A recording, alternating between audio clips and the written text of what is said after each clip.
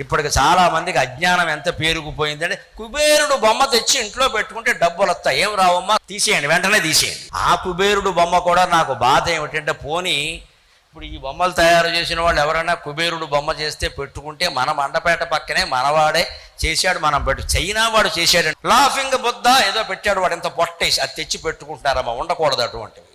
వాటి వల్ల ఎప్పుడూ డబ్బు రాదు. మన అజ్ఞానం ఇంత బొమ్మ పెట్టుకుంటే డబ్బులు వస్తే, ఏమండి దేశంలో పేదవాళ్ళు చాలామంది ఉన్నారండి, అందరి ఇళ్లల్లో తలో బొమ్మ పెడదామండి, దయచేసి వాళ్ళందరూ ధనవంతులు అవుతారు. సాధ్యమేనా? సాధ్యమేనా? ఎందుకు అజ్ఞానంతో ఏడుస్తారు? బొమ్మల వల్ల డబ్బులు రావమ్మా. ఇంట్లో ఉన్న బొమ్మను అమ్మవారిగా భావించి ప్రార్థించి మన మనస్సులోకి మనం చూసుకుని మన సంస్కారాన్ని ప్రవర్తనని కాపాడుకుంటే ధనం కురుస్తుంది ఖచ్చితంగా, అందులో అనుమానమే లేదు. బొమ్మల వల్ల డబ్బులు రావు. ఈ పిచ్చి నమ్మకాలు వదిలిపెట్టండి. ఆ బొమ్మ ఏదో ఇచ్చాం, ఏ దిశలో పెట్టాం, ఆ దిశలో పెట్టి ఎక్కడ పెట్టినా ఒకటే, దానివల్ల ఏమి రావు, నువ్వు తీసి తుడుచుకోవడం ఒకటే ఇక్కడ.